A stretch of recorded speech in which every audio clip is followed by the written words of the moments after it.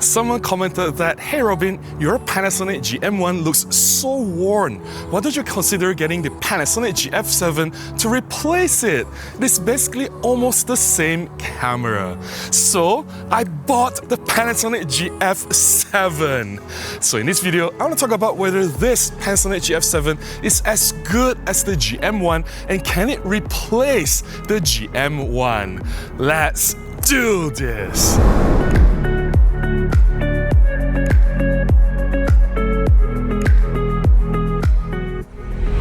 Panasonic GM1 is so popular because it is the world's smallest interchangeable lens camera.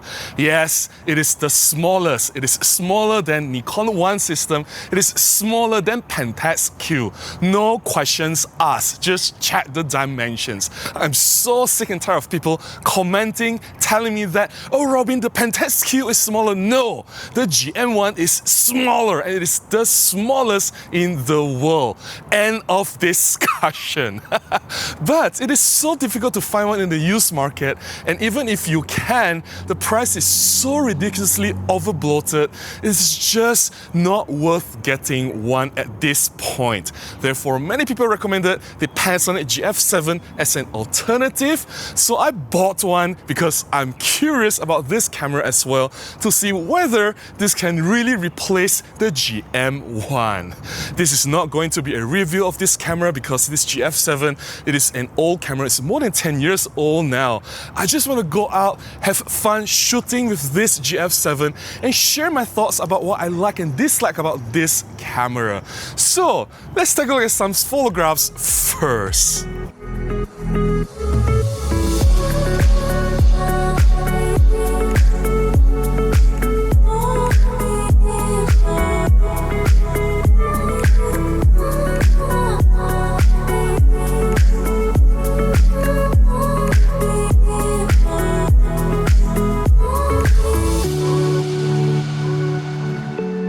Let's start with the similarities between the Panasonic GM1 and the GF7.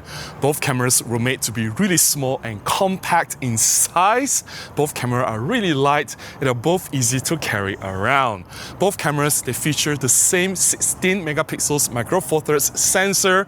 They basically have the same processor as well, so they would produce the exact same image quality. You will not be able to tell the difference between resolution, sharpness, dynamic range, or high ISO performance.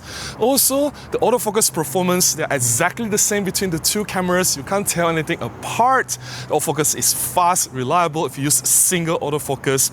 Continuous autofocus is not really good because it doesn't have phase detection autofocus. That's a known issue, but it's not a big problem whatsoever. In terms of feature sets and all capabilities, both cameras are very, very similar. I would say that in terms of image output and performance, you can't really tell apart between the GF7 and the GM1.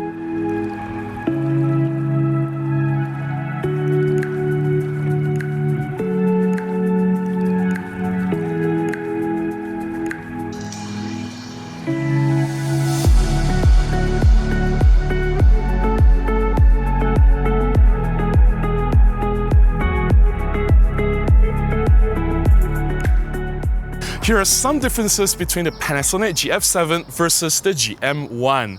Number one, the GM1 is definitely smaller. I know in terms of size difference it's not that much, but still the GM1 is noticeably smaller. And there's just something really fun and magical when you use a tiny camera that fits in your hands that can still deliver fantastic results. I don't get the same magical feeling when I'm using the GF7.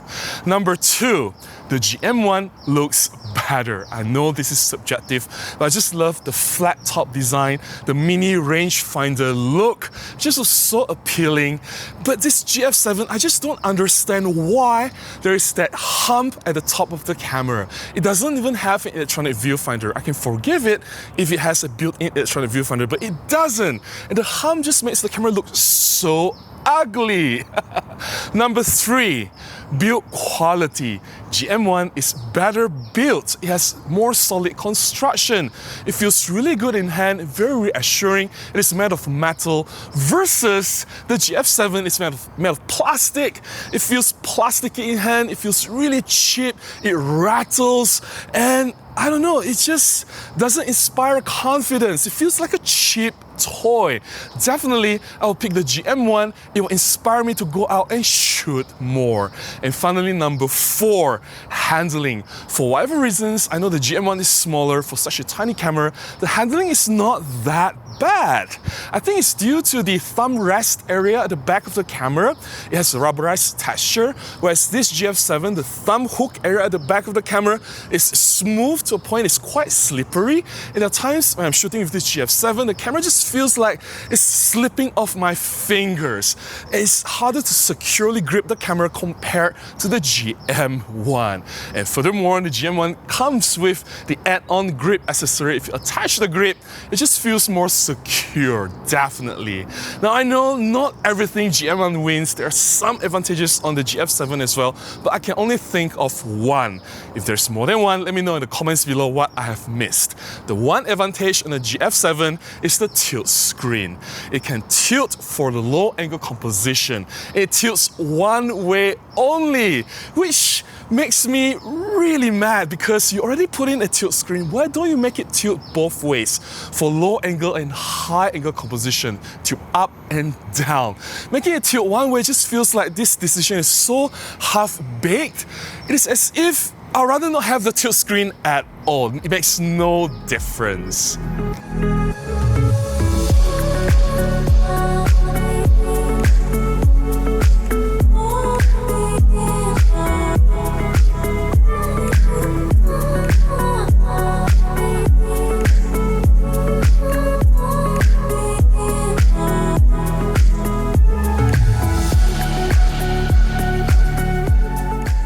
I'm sure some of you will say, but Robin, it's not really fair to compare the GM1 versus the GF7 like that, because the GM1 is more expensive, right? Of course, it's made of more premium grade material. It feels better in hand compared to the GF7. It's an entry-level budget camera, therefore it's made of plastic.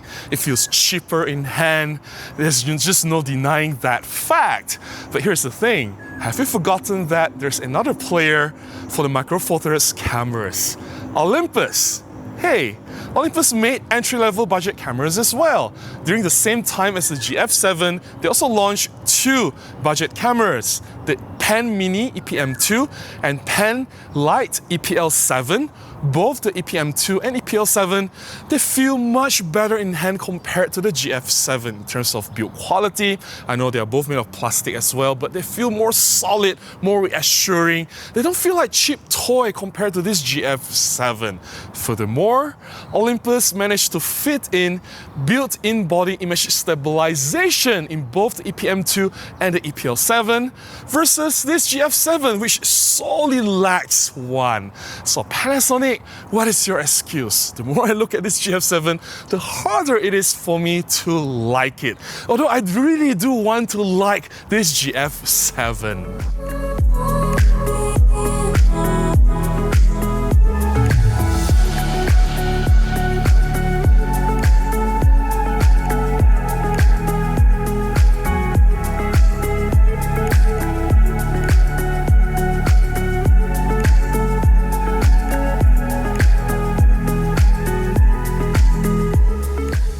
There is one thing though I must mention when I look at the images I've taken with this Panasonic GF7. I'm sure you guys have noticed it as well in the sample images that I've shown earlier. The colors from this GF7 is really bad. I don't know what happened to Panasonic. In their earlier cameras from the G1, I have the GF2 as well. They produce excellent colors. Somewhere along the lines, they tweaked the color science and it became really bad. And I'm shooting under hot, abundant sunlight, under daylight, the sun. The camera still produces bad colors. It says a lot about the camera's color science. Skin tones look really bad to a point where it's garish, it's pinkish, it's just even purplish. It's just so hard to look at them. And overall balance is just off. And no matter how I tweak the colors, I know, if I spend enough time with the raw file working with the colors, I can change it to whatever I want. But hey, I'm not the kind of person who will sit down in front of the computer for hours and hours tweaking and manipulating my images. I just want to spend more time going out to enjoy myself capturing more shots. To me, the fun is out there shooting with the camera. And I expect the cameras at least to get the colors right under daylight. If you cannot get it right, something is very, very wrong with you. That's all I have to share about the Panasonic GM1 versus the GF7 and why I think the GF7 cannot replace the GM1. I think the GM1 will always have a special place in my heart.